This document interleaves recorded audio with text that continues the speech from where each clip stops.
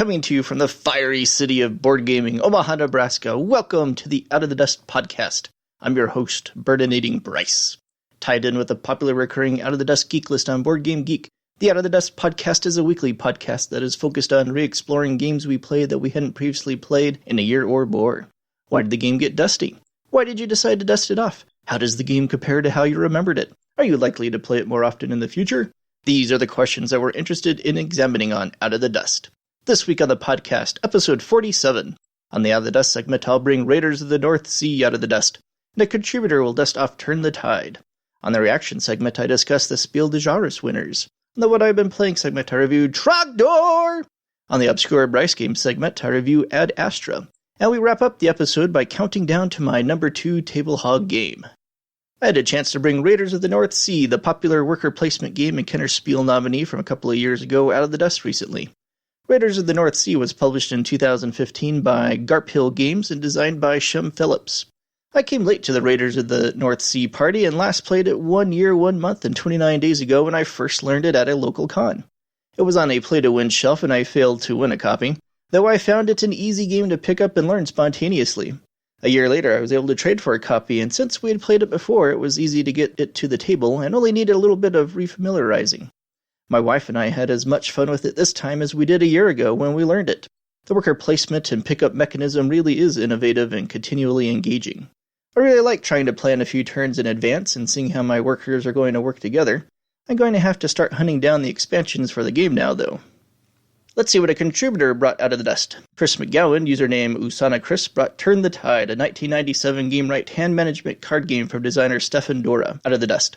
Turn the Tide was a Spiel de Jahres recommended game in 2001 and still enjoys a respectable number of logged plays every month to this date. Chris last played it 1 year, 6 months, and 28 days ago and currently rates it a 7 out of 10. He writes, I threw this in the game bag just in case we had 4, or hopefully 5, and people were in a mood for a card game at the FLGS where card games don't get played often. Lo and behold, it hit the table with a full 5 within hours of getting placed in the bag. I really like the fact that each player gets to play each hand that everyone starts the game with, so you can see, did I do better than Rob or Jacob did with the same hand of cards? This is an old game, but one you should try if you like card games. I'm always up for playing it and other card games. Thanks for the contribution, Chris. I've not actually ever heard of this game, but I do like card games, and I do like Stefan Dora games, so I'm going to keep an eye out for an opportunity to play this sometime.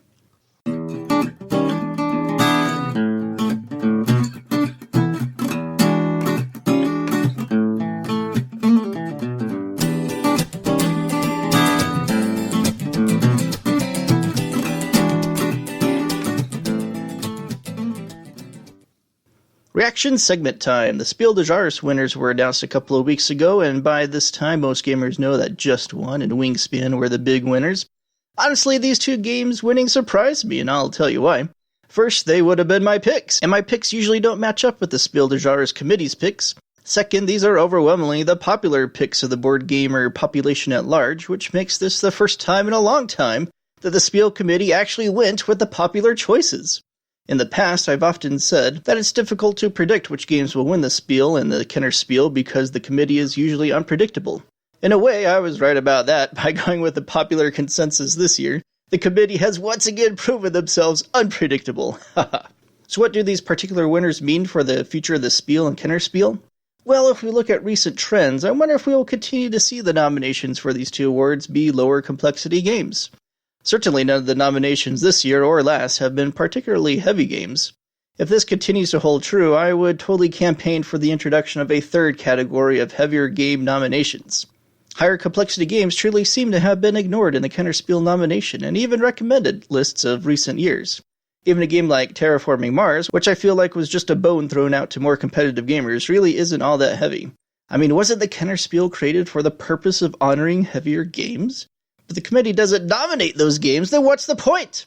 It's okay to have a light game category, and if they want to make the Kenner Spiel a medium weight category, that's fine too. But if that's their intention, then we really do need a third award for the games that are a step above those in terms of complexity.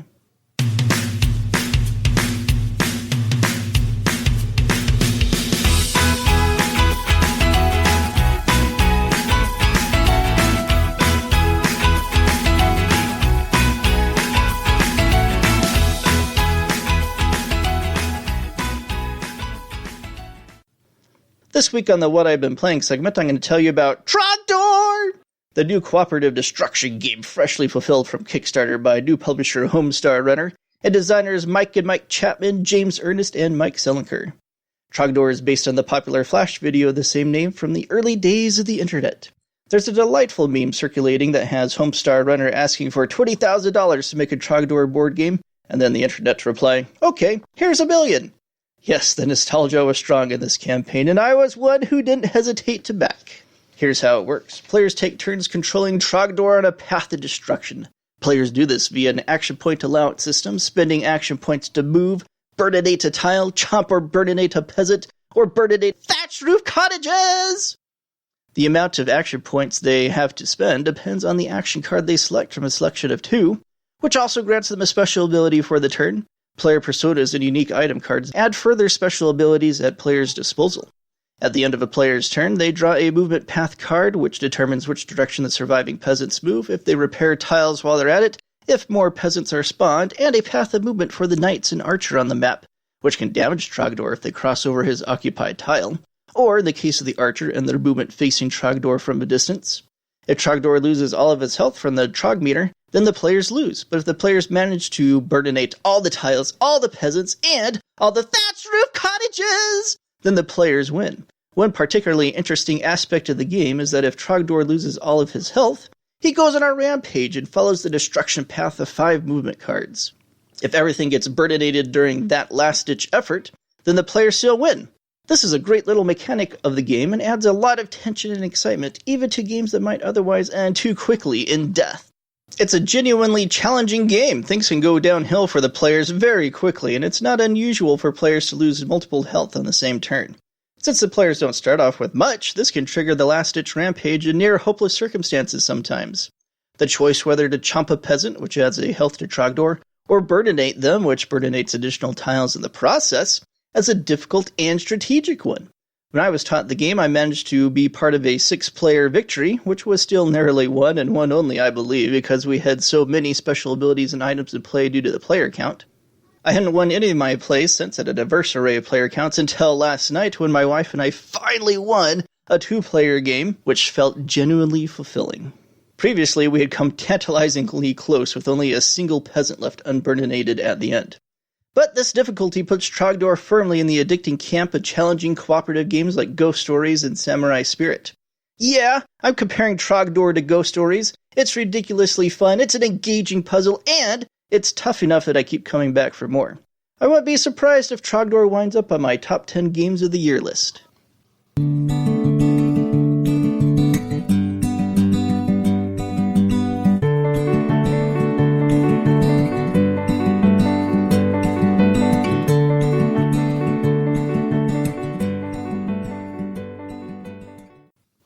Obscure Bryce Game segment time.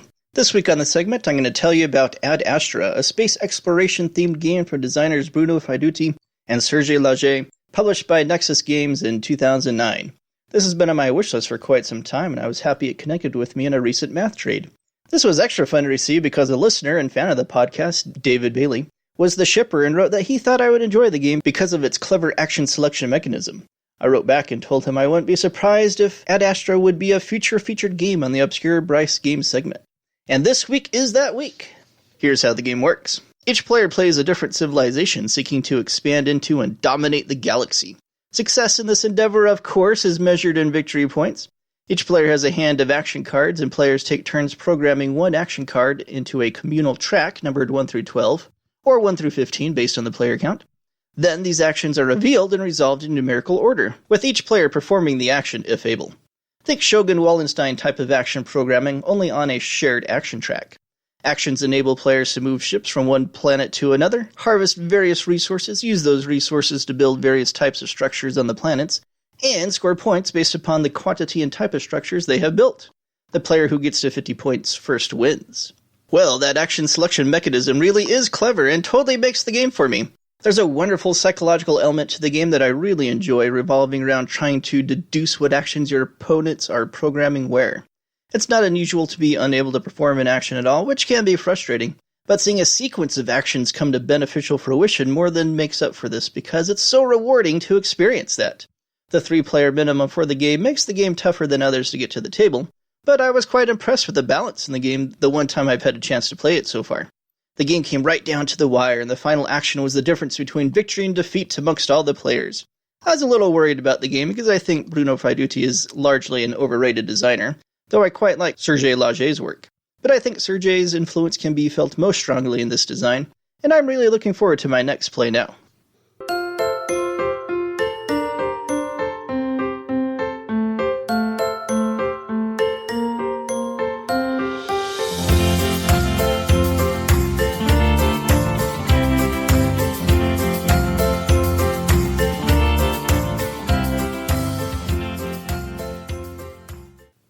We continue my top 5 favorite Table Hog games countdown this week with number 2 on the list, Railways of the World, the 2005 re-implementation of Railroad Tycoon by Glenn Drover and Martin Wallace, and published by Eagle Gryphon Games. While some of the expansion maps would not qualify as Table Hog status, the base game Eastern United States map and the Western United States expansion map certainly do, each in their own right. But things get really crazy if you combine the two maps.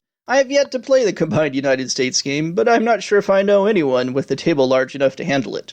It would probably have to be played on the floor because each map is that large all on its own. Besides the expansive map, space is also required for track tiles, city tiles, 50 city markers, money, and a large display of railroad operations cards. There are no player boards, but players need space for their card tableaus, trains, and money. This is an easy game to justify the space it consumes, actually. Compared to its sister game, Steam and Age of Steam, Railways of the World actually utilizes a smaller hex size on its map to more easily and less abstractedly portray the geography of the land. Each of the 3 Martin Wallace Steam Trilogy games has advantages and disadvantages compared to the others, but one of Railway of the World's advantages is its grand scope and epic feeling. The thematic sensation of feeling like a railway baron is most strongly experienced in this entry. Last year I hosted a monthly demo of Railways of the World where we played through all of the maps. Even the smaller maps managed to capture this feeling of epic railroading scale. It's definitely one of the triumphs of this system. Well, that will do it for episode 47. Thanks for listening. Feel free to join the Out of the Dust podcast guild at BoardGameGeek.com. Follow the podcast on Twitter at OutofTheDustBGG.